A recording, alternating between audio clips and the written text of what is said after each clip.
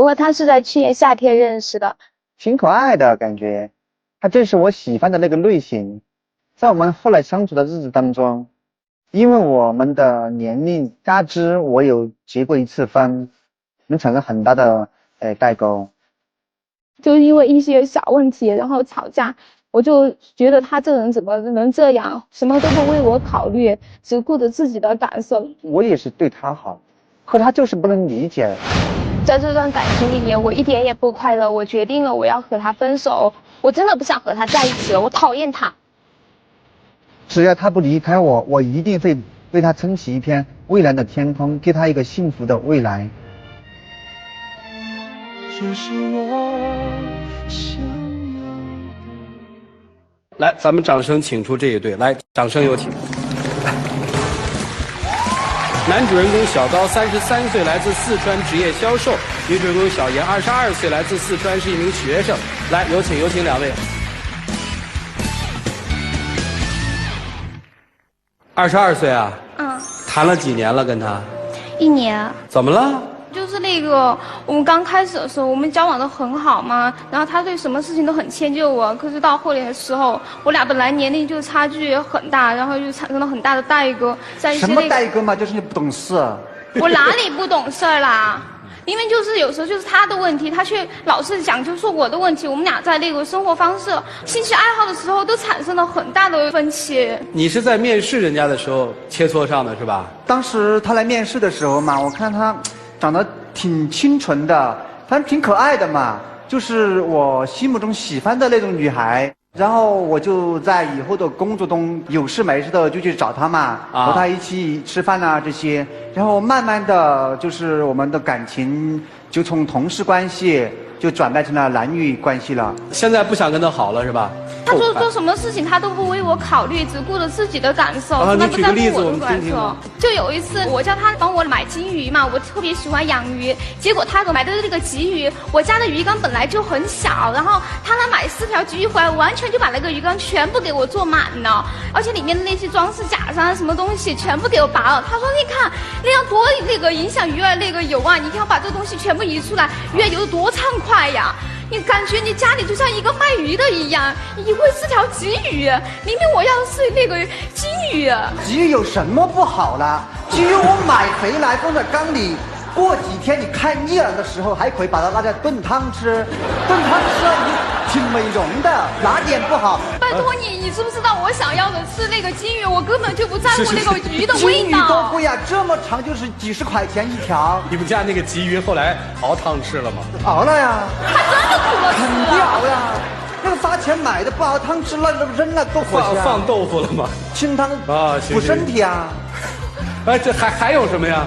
过情人节的时候嘛，我们俩去逛商场。我想因为一般那个女孩子那个过情人节都可以收到玫瑰花、巧克力这什么的，结果呢，那个玫瑰花你们知道都有多可笑？有一家商场开张，不是插了很多那个花，祝贺那个开张的嘛，他就去把那个玫瑰花给我摘了几个过来。你看这个花开得多漂亮，而且又节约钱，根本就不需要在外面去买。你说我不给你送花，你也说不对；给你送花，你也说不行。而且你就是老是闹着，就是情人节当天给你送花，当天的花多么的贵呀！你不要说玫瑰花，说到玫瑰花我就生气。他要求我每一天在 QQ 上给他送1支玫瑰花，如果哪一天遗漏了没有给他送玫瑰花的话，第2天叫我写100篇，亲爱的我错了。我工作忙，有时候会忘记啊。我是人，我不是神仙。你说他一天每一天都能给你送啊？记得清清楚楚，怎么每天忘记吃饭呀？玫瑰花就没人给我提示嘛，因为肚子没吃饭的话，肚子要饿，他会提示我该吃饭的嘛。意思我根本就没放在你的心上嘛，你就一天就只知道你自己的生理反应，肚子饿了就吃饭嘛。就这点事儿就分手，不值，姑娘。事情多了，我跟你说，他真的是一个不懂事的小孩子。每部电影就是上映的时候啊，他就闹着去看电影，挺好。看一场电影，2个人至少花100，一过夜之后，在电脑上就能收出来，然后下来看，你想看多少片就看多少片，精彩的地方还可以回放，然后你买点东西，可以边吃边看，哪点不好？非得要去花100块钱，你是不是浪费钱嘛？你这么说，中国电影工业全完了，多你这么几个人，导演都得自杀去。我是说偶尔可以看一次，他就是一上瘾有芯片，一上瘾他就捞着要看。我知道他那个看电影不愿花钱，每次都是我自己在网上把票订好了，我邀请他去看的，他还说你浪费钱。那天上班我知道他很累嘛，我说帮大家都舒缓一下。那他有什么好吗？你这说的都是他抠门不好。他真的就是有时候好的时候也让你挺感动的，就有一次嘛，我犯了一个大错误嘛，就是那个签合同的时候和同事一起出去嘛，我就走的比较匆忙，就忘了带合同，人家那边也催得特急的时候，我心里也特别着急，我就给他打电话，他把合同送过来了，也没有多说我，因为当时真的急哭了，他看到我也那个挺不容易的。当时因为我很喜欢他，然后就在生活中和工作当中都有事没事的靠近他嘛，反正就追他嘛，所以就这样子变成了男女朋友。我看我这个资料里你是有过一段婚史，女儿9岁了。对的。什么原因离的婚呢？感情不和。哦，还有什么问题吗？多着了。我看那个小片，你不是来挽回的吗？我是挽回的，但是我要告诉你们，他就存在的毛病，要不然他就不知道自己有多么不懂事。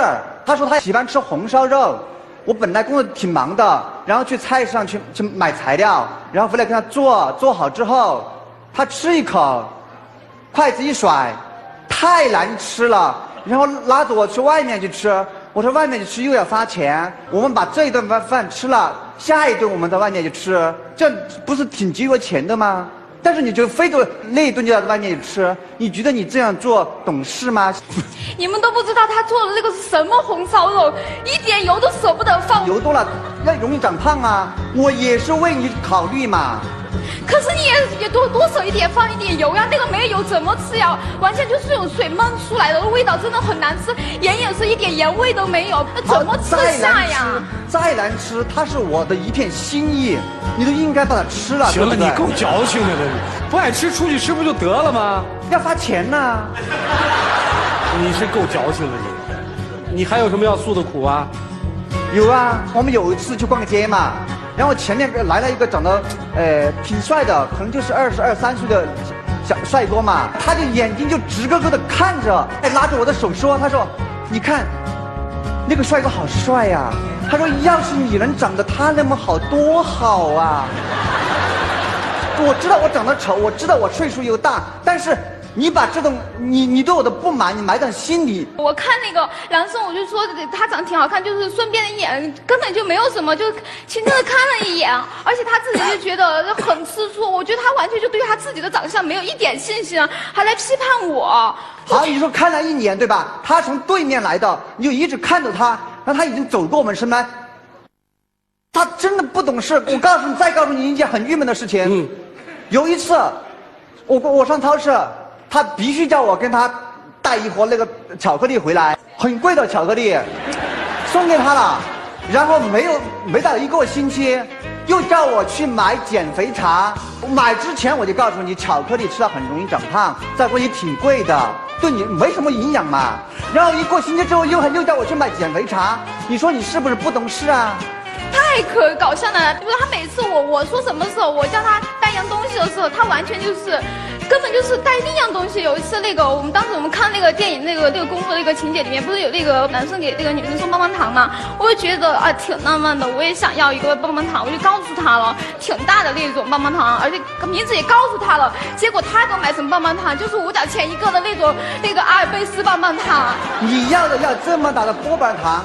你吃得完吗？吃了之后要长胖。5毛钱一个的阿尔卑斯怎么了？5毛钱的糖，第一省钱嘛。不，我觉得啊，勤俭节约真的是对的，真的是好事儿，兄弟，真的好。对啊，老师也说勤俭节约是好事啊。我后面那句话没说呢，但是你要过分了吧，这事儿就不好了。所以今天你就来了是吧？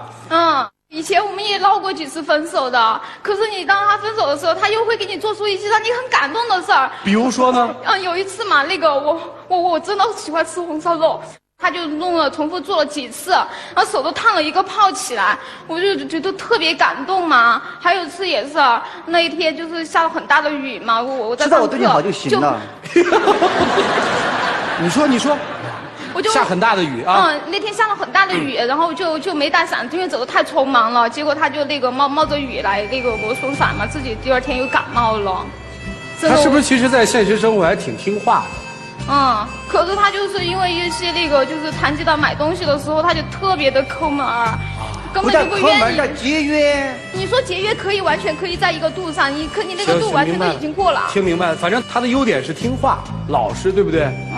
他的缺点是不会做。我对你不好吗？你生气的我时候我还唱歌哄你。你还会唱歌？那你唱一首哄哄他喽，唱一个。来。我能想到最浪漫的事，就是和你一起慢慢变老。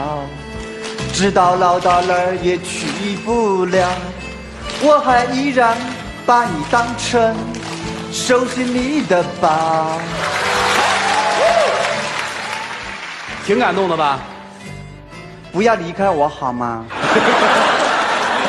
姑娘，我跟你说啊，这个男人真的值得爱，好的，就他跟刚才那个一比。这就是天呀！真的，你没见那老孙呢，你要见，哎，我觉得他还有一点真的是，说的话太让我不高兴了。你嘴是真碎，你说，他说我的女儿不是他的女儿，在他内心里就没有把我的女儿当成一家人。你凭什么要求他把你的女儿当成他的女儿呢？我觉得都是一家人嘛。那个我们刚开始交往的时候，他根本就没有给我提他还有孩子的事情，那都是过后了，都好久了。有一次他打电话就谈到了那个孩子的问题，当时我也没有注意。孩子现在在谁那儿？我的爸爸妈妈在带我的女儿。如果结婚的话，孩子接回来吗？应该是这样子的。当时交往的时候，为什么就不告诉我这事？我觉得在这段爱情里面，他根本就不坦诚。等于一开始说他欺骗你了，是吧？对。当初认识的时候，我问过你，我说你在乎我的过去吗？你说不在乎，只在乎我对你好，对未来怎么样？你说过去的事情都已经过了，还谈它干嘛？因为当时我很尊重你呀，我没想到你的那个过去之前发生的呀。能接受他女儿吗？不是说让你去做他女儿的妈，不是这意思。能接受吗？你看能接受，人姑娘说好了，接下来的任务交给你们了，你们帮着弄弄啊，一起进入丘比特问卷。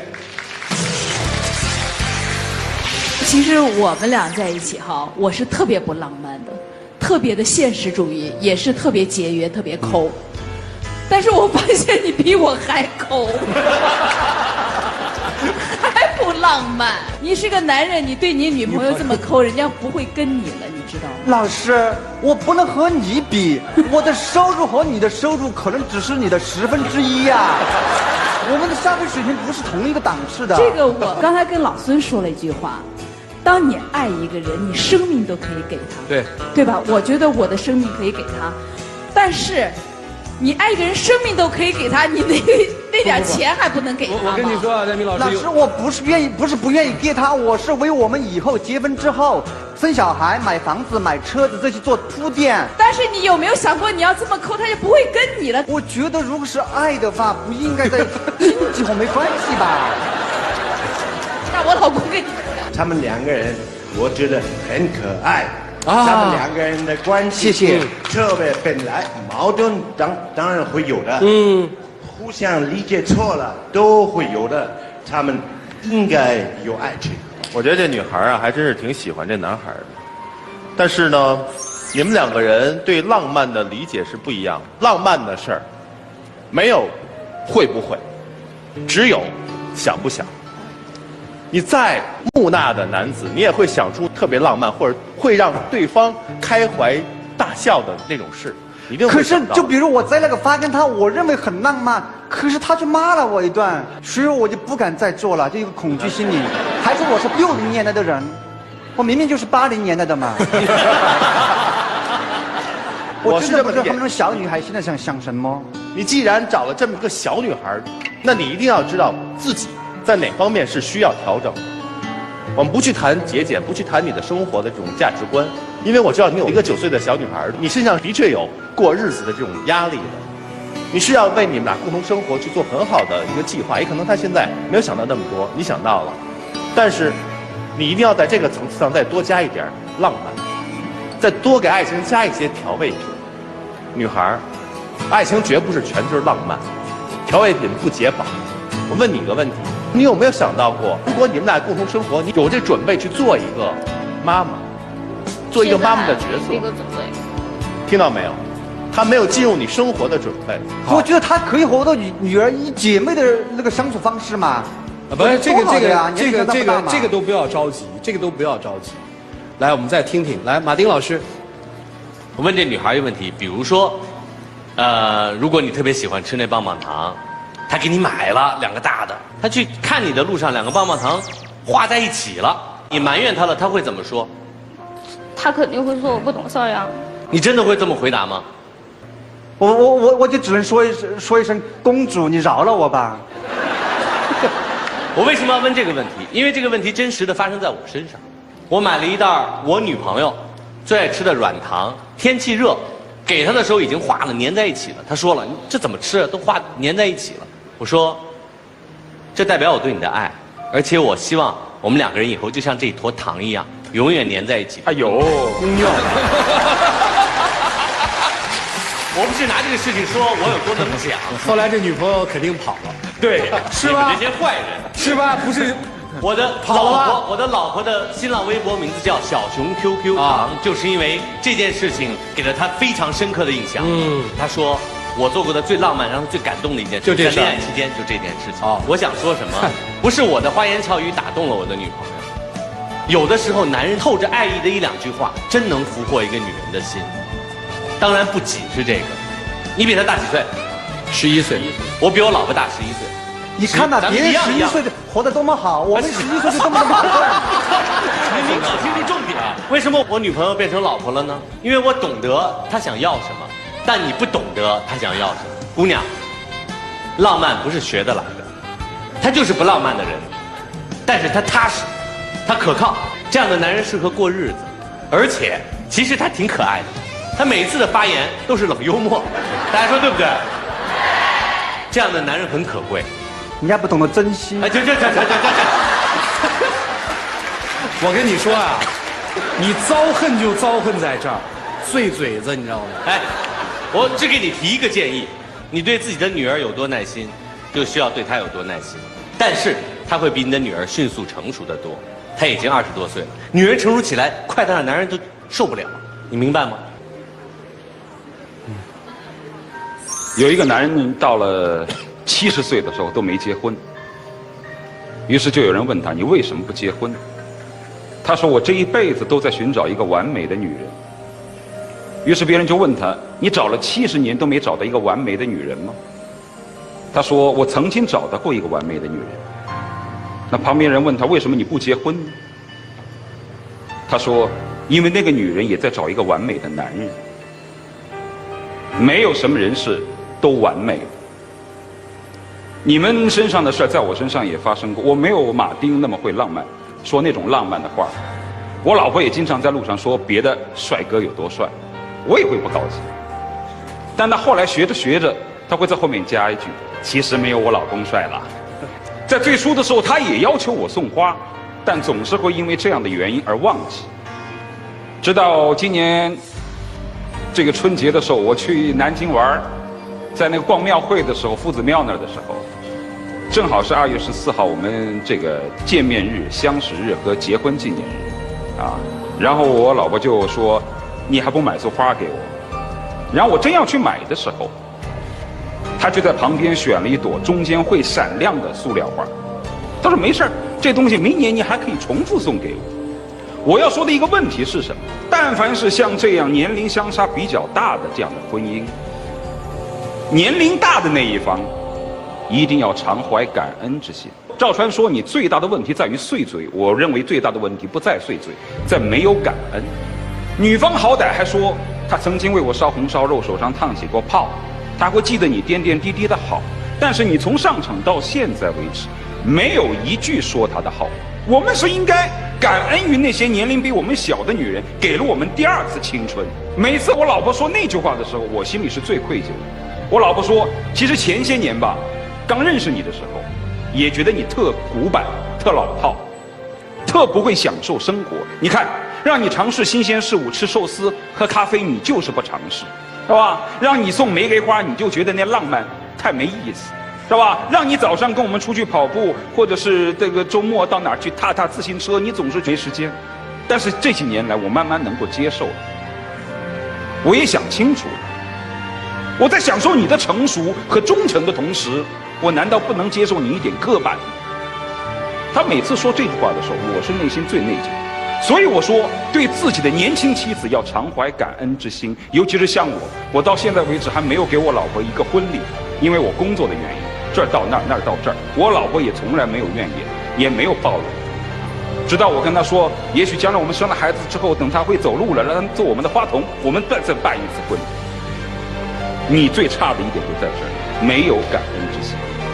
但凡是这种差距非常大的情侣之间，最基础的是用两样东西，第一个是感恩，第二个是欣赏。你在享受一个事物的光彩面的时候，你一定要承受它不好的一面。你说他不懂事儿是吧？你当初不就喜欢他的嗲吗？你当初不就喜欢他的天真吗？你说他太现实，你当初不就是觉得他在成熟当中有很多的耐心吗？对你吗？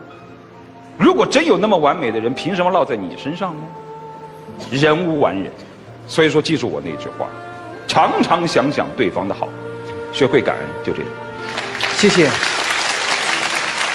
我就知道我身上存在一定的缺点，你学的是真快，毛病也不少。哎呀，我还是说他嘴碎嘛。我问他两句话吧。你看中他什么了，姑娘？当时就看中他对人好，然后又成熟稳重，然后挺为别人着想的。这些都没变吧？没有变。OK， 看主流哦。也许可以给你浪漫的人，他不踏实。所以还是那句话，生活永远是有两面性的。想好去表白，你也想好，一起进入黄金60秒。我希望你好好的回忆一下我们曾经快乐的时光，哪一对男女朋友没有个磕磕碰碰，没有矛盾啊，开开心心的，那只是外表的一面。他们吵架，他们闹矛盾的另一面你没看见而已。我希望你看到我们1年的感情上，看到我真心的情分上，希望你能够留下来。我希望你给我一次机会。我也希望你能什么事情自己别太执着了，常常听听我想什么，我想要的是什么，别老是误解我的意思。我希望你能在你那个年龄层次做的成熟的事情的时候，也考虑一下在我这年龄层次能接受的事儿，别把你的那个思想强加于我的思想。我觉得我正是因为喜欢你，所以才愿意忍受你这些问题。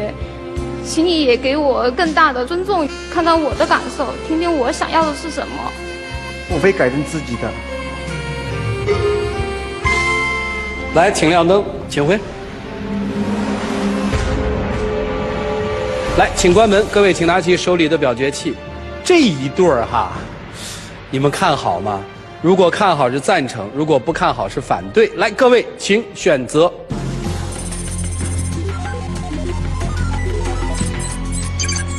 现场的观众朋友们都看好这一对儿是吧？所以有的时候比较很可怕。我在想，如果不是前面的老孙上演了那么一出的话，这一出大家会这样吗？所以生活就是这样。接下来我们就看看他们自己的选择。来，一起数5个数，来，5、4、3、2、1，请开门。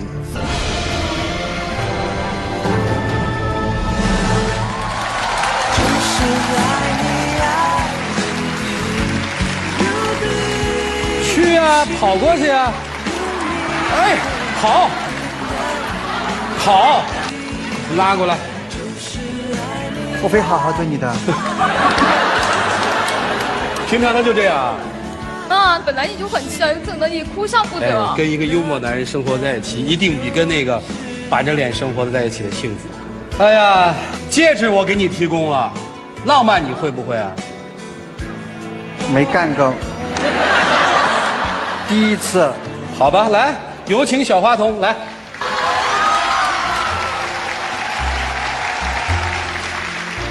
把这个盒子给叔叔，把这戒指给他，牵着姐姐的手啊，跟姐姐牵着手走啊。多棒！感谢杰利亚为本节目嘉宾订婚提供的套装礼盒，把这份礼物送给他，就代表着你对他说：“爱要有你才完美。”好，接下来我们看一个木木讷讷的男人怎么来求婚，请见证。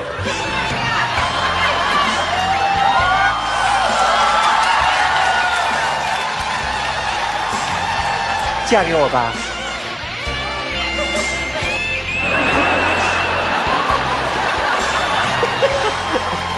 拿着，谢谢。